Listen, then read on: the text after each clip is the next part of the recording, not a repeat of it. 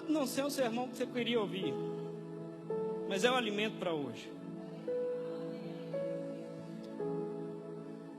A gente não pode escapar do inferno, queridão. Talvez você pode pensar aí, olha, eu vou escapar no inferno, eu nunca mais vou voltar nessa igreja. Eu nunca mais volto ali para ouvir o pastor Luciano pregar, ele me assustou. Mas eu preciso te dizer, eu prefiro perder você porque eu estou te falando a verdade, do que eu te contar mentira aqui nessa noite. Porque você pode até não crer, mas eu creio que vai chegar um dia que eu vou me apresentar diante do Senhor, e o Senhor vai falar: olha, você era um dispenseiro, por que não alimentou o rebanho, o meu rebanho, com alimento genuíno?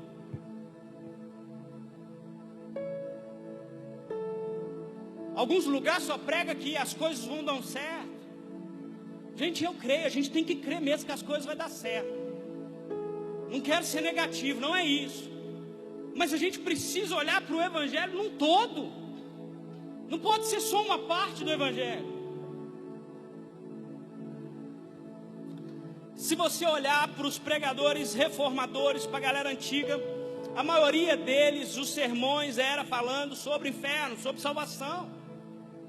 Era um assunto que era pregado, mas assunto que sumiram das igrejas. Os pastores não têm coragem mais de ensinar a verdade. Está iludindo o povo, iludindo pessoas que nunca entrarão no céu, porque nunca ouviram a verdade. E sabe o que a gente tem acontecido? A gente tem perdido nosso tempo muitas das vezes. Eu queria te dizer nessa noite: não desperdice o seu tempo. Não desperdice o seu tempo. Existem coisas que nós podemos restaurar. O carro estragou, a gente conserta. Televisão queimou, a gente manda arrumar, você compra outra. Mas depois que o sol se põe, o dia não volta mais. Aquele dia se foi. E se foi para todo sempre. E aquilo que você fez naquele dia será computado e pautado diante do Senhor. E olha para você ver como é que é as coisas. Antigamente, eu não sei quantos vão lembrar, falava assim de demônio, contava uma história de terror. Gente, todo mundo ficava com medo, vocês lembram? Mas hoje em dia falava assim: nossa, manifestou um demônio na igreja, que você está doido, o povo tremia de medo. Falava de inferno, as pessoas estremeciam. As pessoas tinham medo. Só que hoje ninguém tem medo mais. As pessoas não têm medo do inferno mais não. A gente vê uma geração que não tem medo do inferno. E não tem medo do inferno não é porque estão num relacionamento sério com Jesus. É porque talvez, como muitos acreditam, que o inferno não existe. Mas eu queria te fazer pensar algo. Se o inferno não existisse, por que a gente ia pregar sobre salvação em Jesus?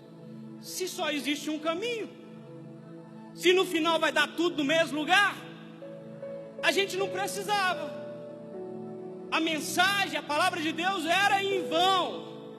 Mas porque a própria palavra nos garante vida eterna, ela fala também de condenação. A gente deixou de acreditar na palavra de Deus.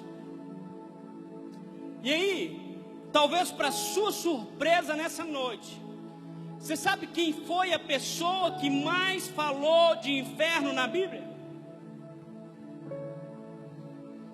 Jesus. Jesus. Talvez para muitos se escandalizar, Jesus foi quem mais falou de inferno na Bíblia. Embora um assunto tão pouco falado nos dias de hoje, eu mesmo, é o primeiro sermão na minha vida que eu prego sobre o inferno. era pauta constante dos ensinamentos de Jesus. Jesus falava constantemente acerca do assunto. Lucas, no capítulo 16, no verso 31, diz assim: Abraão, porém, disse: se eles não ouvem Moisés e os profetas, não se convencerão, mesmo que alguém ressuscite dos mortos. Gente, o que está acontecendo com a gente? Por que a gente não acredita na Bíblia mais? Pastor, eu acredito na Bíblia. Acredita mesmo? Nela toda? Ou só nas partes boas? Ninguém escreve um livro para usar partes, ainda mais sendo o próprio Deus. E sabe qual que é o problema de toda essa temática que eu estou falando aqui nessa noite? O problema não é as pessoas que estão lá fora não acreditarem em céu, inferno e salvação. O problema não é quem está lá fora não acreditar. O problema é quem está aqui dentro, que é detentor da maior verdade, vivendo como se fosse uma mentira. É quem está aqui dentro que não acredita. A gente constrói as nossas próprias teologias, as nossas próprias verdades. Eu vou usar a Bíblia só na parte que me cabe. Eu vou usar a Bíblia só na parte que é interessante para mim. Você quer um exemplo? As pessoas não se casam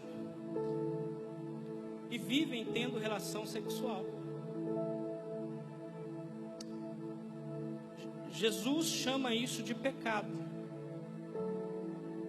Mas talvez alguns tenham a justificativa: a gente vai casar. Enquanto não casar, se morrer vai para o inferno. Então, é isso? E sabe qual que é talvez a pior parte? É que as pessoas estão aqui dentro ouvindo todo domingo, ouvindo constantemente o que é certo e errado, e fala assim: eu prefiro fazer errado.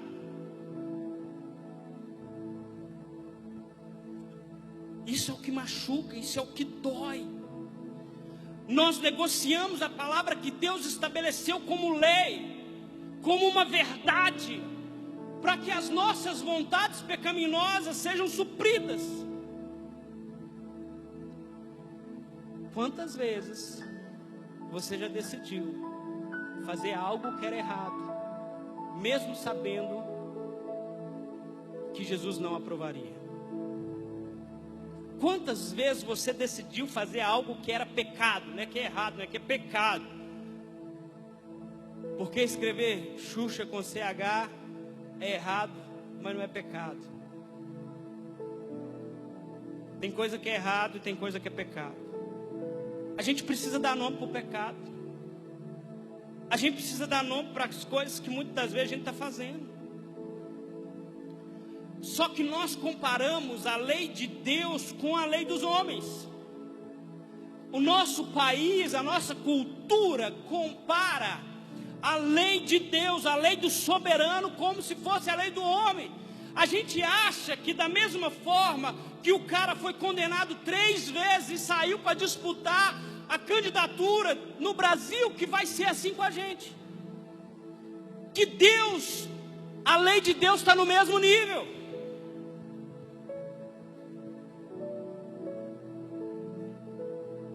Tem um texto na Bíblia que fala: loucos, hoje pedirão a sua alma. Está achando que você vai ter 3 tentativas? Só se vive uma vez. Vou reencarnar. Ai, ai. A Bíblia fala: cabe ao homem morrer apenas uma vez. Loucura comparar a soberania e o poder de Deus com a lei do homem.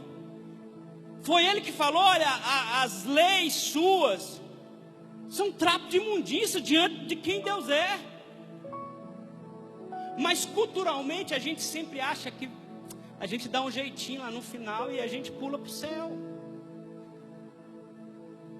A gente dá um jeitinho lá no final e a gente vai parar no céu. Vai não. Não vai mesmo. Aquilo que você está fazendo, a forma como você está vivendo, determina para onde você está indo. Mateus, no capítulo 13, a partir do verso 40, está escrito assim: assim como o joio é colhido e queimado no fogo, assim será na consumação deste mundo. Mandará ao Filho do Homem os seus anjos, e eles colherão do seu reino tudo que causa escândalo, e os que cometem iniquidade, e lança alusão na fornalha de fogo, e ali haverá prantos e ranger de dentes. No mesmo evangelho de Mateus, no capítulo 13 também, só que agora versículo 49 e 50 diz assim: assim será na consumação dos séculos, virão os anjos e separarão os maus dos justos, e lança alusão na fornalha de fogo, e ali haverá pranto e ranger de dente. Você já ouviu falar do inferno?